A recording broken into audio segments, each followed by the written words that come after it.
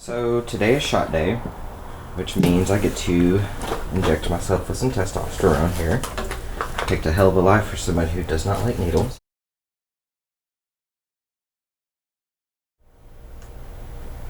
And so to prevent it from hurting less, I just pinch the fat. I wait a minute and I'll count to myself. And then you just stab. And with tea, you have to go a little bit slower than you would other stuff. And you can slowly start to release. My name is Benjamin Cooper Davis, and I am a 29-year-old transgender male. I actually changed my name legally in 2019, and I think I was just shy of turning 28. I was trying out different names, and when I lived with my former roommates, Brittany and Kelsey, I got in trouble one time, and all of a sudden I just hear Benjamin Cooper Davis echoing down the hallway from Kelsey, and that has been my name since. Once you've got it all in, I typically let go and I'll hold it there for a minute just because tea likes to come back out. And then you just pull it out. I still go by my old middle name, which technically we call it a dead name, just because I have a lot of attachment to it. So my family and some friends will still call me Shy or Cheyenne. Some call me Cooper and some call me Benji. And that's all you do every week. It's a good time. I am from a very small town called Friendship, Arkansas. Growing up there, I was not exposed to a lot of the world. It's kind of like a closeted town. I was one of those that listened in the background and could hear inappropriate jokes about my community. I didn't know much outside of that. I was definitely ignorant once I turned 18, graduated, and finally got away from there. Little Rock isn't exactly the most progressive, but it is definitely more progressive than I'm used to. I still don't necessarily go out all of the time, and if I do, I try my best to just stay small and in the corner. I randomly got a wild hair about 2 years ago and decided that I would save up and leave Arkansas, and I've always wanted to live in Colorado. Even just vacationing the atmosphere, I felt relieved. So my brother and I will be moving to Aurora, Colorado after saving up for the last year. We are moving more to live freely and for our safety. Arkansas, we thought, would do better, and this last year has proven that they probably won't. And so we don't want to have to live in fear. We don't want to have to worry about going out with our friends or going to eat or going to a grocery store or even, just going to get gas, because these are things that I think about as far as my safety goes. House for rent, 1 bedroom, $895. Is it legitimate? Never heard of a 1-bedroom house. They're probably renting a bedroom in their house. That's what I found most of those are. But I thought I was just like my cousins, and my brothers and my dad and my uncle, and I had to wear dresses to church and skirts and different kinds of clothes and fix my hair, and I just, I can remember wearing certain clothes and always complaining and saying like they were itchy just because I hated the way I felt in the clothes and the fabric against my skin. I think as a parent, I think you notice things early on.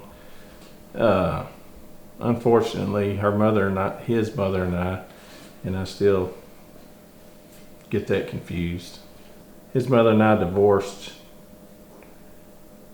Benji was probably 18 months. As he progressed in age, probably around age 4 or 5, there wasn't the same comfort as identifying with other little girls being all frilly and frou-frou. Benji's comfort was in blue jeans and boots and long sleeve shirts.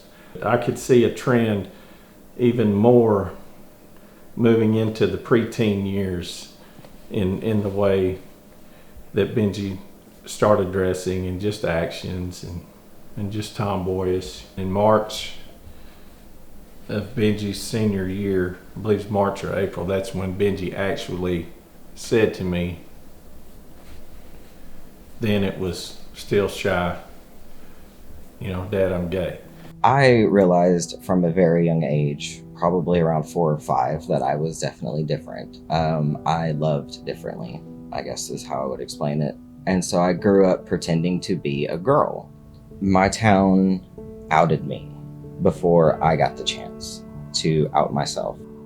I had my first girlfriend in high school. I had an ex-boyfriend who I pretended to date for a little while, who did not like the fact that I had a girlfriend and that I left him for a girl. We were riding home from a basketball game one night on the bus, and we were just holding hands. He did not like that. And so when we got to school the next morning, we both were called into the principal's office and essentially told that our behavior was inappropriate.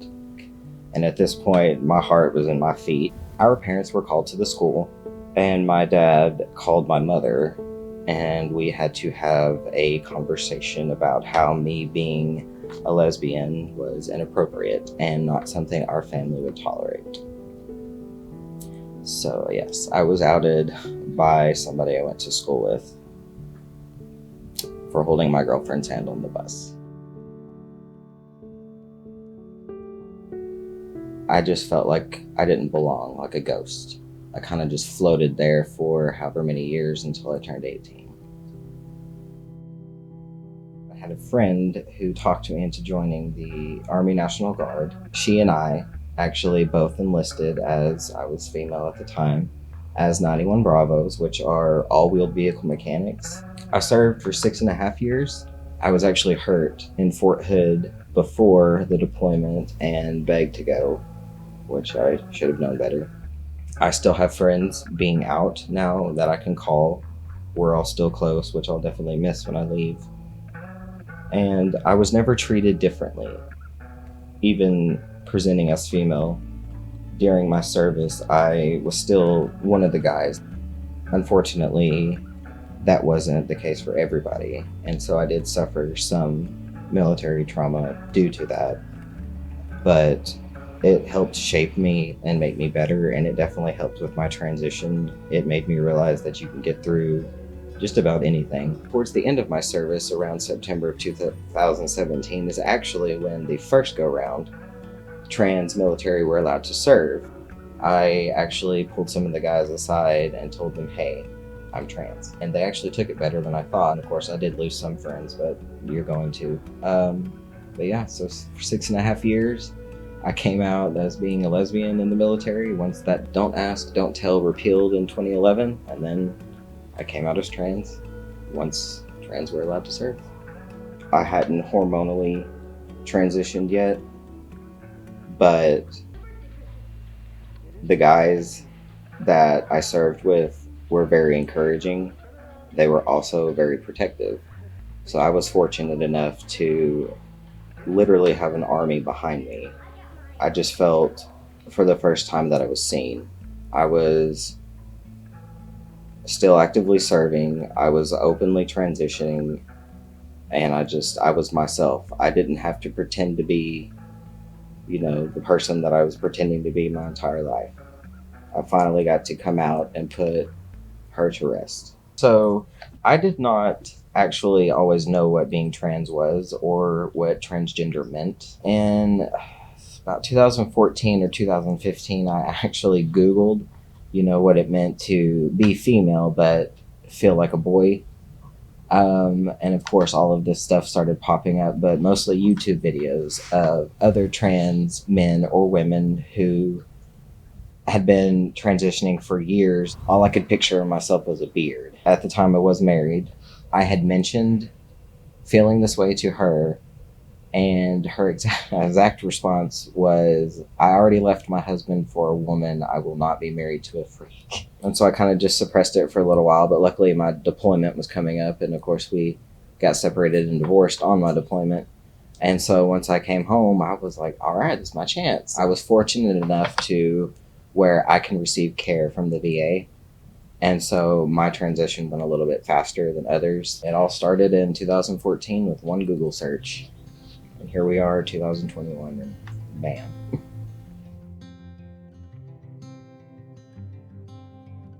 On my dad's side, I was his only daughter. Well, in his born female, and so in his eyes I was his only daughter, even though I've always been this person. So he definitely took it the hardest, but he has come a very long way now. He is very supportive. He accepts me. My stepmom actually had a really big hand in that. She is one of those that love is love regardless, and so she helped him realize that I am still me. I am happy and I'm healthy, and the only difference is now I just look like myself. As far as my mother, I do not call her mom. I actually use her name. Um, Growing up, she was never really there, so I don't take her opinion into account. The last thing she said to me that really just was the icing on the cake was that I was her freak daughter pretending to be her son. I just, hang out with my dad and them, and I'm just one of the guys, one of the boys. I'm not looked at differently anymore, and it's nice to be able to feel like when you walk in the house that you belong, because I mean it is your family, and that you can breathe instead of just floating there like you're nothing. We're actually going to go down to see my dad and my mom. I call her mom, Mama Bear. We're actually going to go down and see them and interview them about my life before, my life now, get their feelings on it. I'm kind of nervous about it, but in a good way. They've always, loved me and acknowledged who I am and my identity, but they've never really done anything like this as far as getting involved with my transition. And so that's what I'm excited about. I don't know, it's radiating right now. We are about 10 minutes away. And yeah, I can definitely feel it in my chest.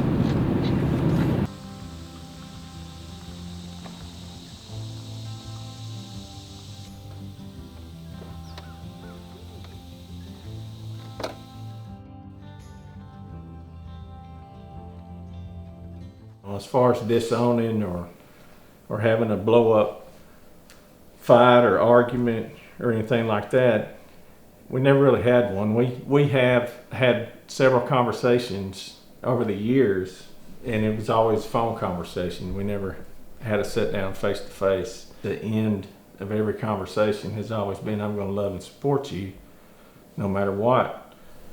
When Benji came out to me as trans, it was, I'm not going to say it was comfortable, but when I heard that, my daughter is telling me, hey Dad, I feel more comfortable being a boy. I would say that that's whenever I felt like I lost my baby girl. I think as a parent, it's a defense mechanism too that sometimes gets categorized as a prejudice. You don't want your child to be different, or you don't want your child to be judged. My biggest concern was you feel out of place anyway, but you're moving to what makes you feel the most comfortable, but you're isolating yourself more and more with each move you make from what the norm is, especially in the South. But it's like I've always tried to express to Benji and reinforce, I'm not going to judge you. You're my child, and I love my child. I'm not going to say that there wasn't a hope that this was a phase, that then your child would live through this period of time in their life and have an experience with this, and one day decide that, hey, I'm going to be normal, and I think that's part of the stereotype. When I say that, I'm not going to say that I don't have guilt when I make that statement, because he is normal. We want normal for our children, as I've been steadily conditioning myself to just let Benji be Benji and love Benji and that's my job. My job not to try to change him into something that he's not comfortable with, or my job's not to, you know, religiously condone and bash and make Benji feel isolated more. My job's to love Benji. That's my child. I knew of Eric anyway and his family, so I don't remember there being this big conversation when we were dating about, hey, I have 3 children, you know. I'm sure he just said, you know, my daughter is, you know, now wants to be, you know, wants to be trans, and I don't remember it being a big deal just because I really already knew about it. I have two grown kids about the same age as Eric's kids, and you know, through all of our Benji discussions, I always just try to relate it back to the way I would feel if it were, you know, my Morgan or Logan, and you know, the bottom line would just be love. You love them all the time, no matter what. I think I have this, what I feel like is a pretty cool relationship with Benji. I just get to be the bonus mom. He had lived with us for a month last year, and so I think we became a lot closer then because, you know, he was here in the house with us for, you know, a long time, and we sat out on the porch and drank coffee together. He trusts me and, you know, text me if he's struggling in any way, and so I'm thankful for that. Just because how we're conditioned, we're taught that it's a choice. When on the flip side of it, Benji feels like he's born this way. So it's not a choice that Benji made. This is who Benji has always been. Who am I to say that, you know, you're wrong? One thing that I think we just keep, you know, going back to is we just want him to be happy. We say 3 things a lot, and it's be good, do good, and, you know, we'll always love you. Are my religious beliefs compared to how I feel about Benji?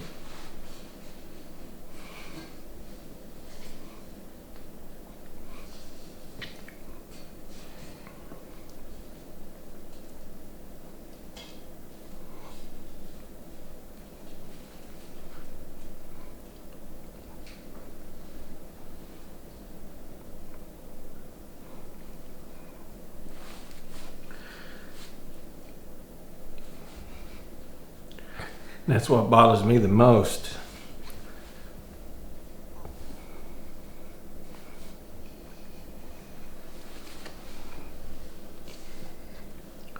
I mean, I was raised to, you know, let sin is sin, and all this and all that. But with all that said, none of us are any different than one another. But the same person died for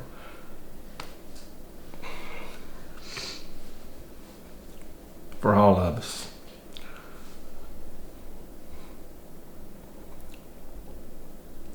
That's what my love's based on.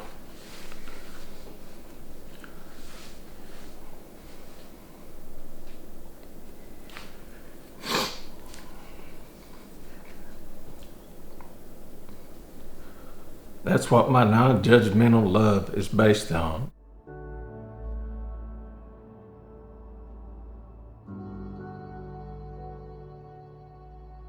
We're down to 11 days before moving, and so it's kind of like this last week or so will just be a whole bunch of goodbyes. I am at my friend Brittany and Kelsey's. This is actually where I lived before I moved in with Chris, and they are throwing us a going away party, and it is Harry Potter themed, and so I am dressed like a Gryffindor person, and our friends were all invited to come and see us. A lot of us here in Arkansas are going to miss them, wanted to wish them well, and so what better way than to get together, hang out, have some drinks, some food, and you know, share love.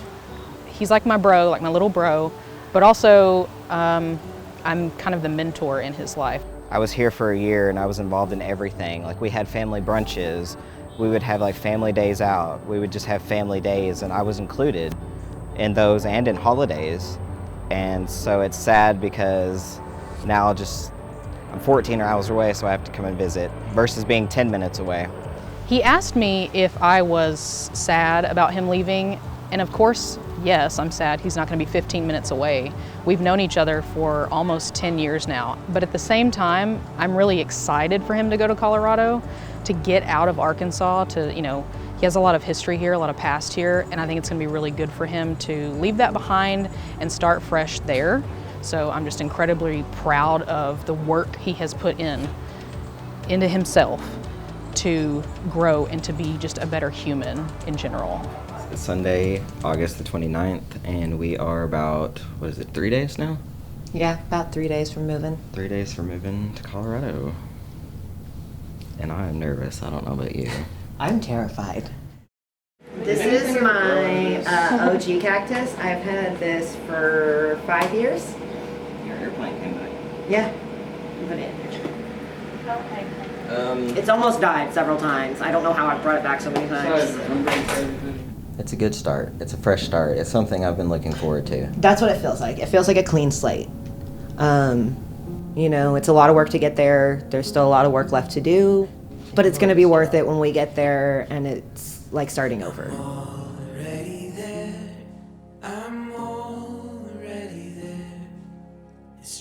Today is Wednesday, September the 1st, and today is the day we are actually leaving Arkansas and moving to Colorado.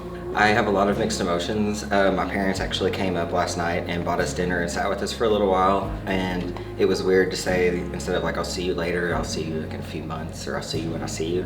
A couple of friends came, so that was nice. I'm ready for different weather. It's hot. I mean, this is the second time I've just picked up and moved because I was like, F it, I'm out of here. There you go. Well, good. You have some experience. You can guide me on this endeavor. Pick a bomb playlist. Oh, man. Because you are going to be in your feels when you drive away. Passing through all the different states.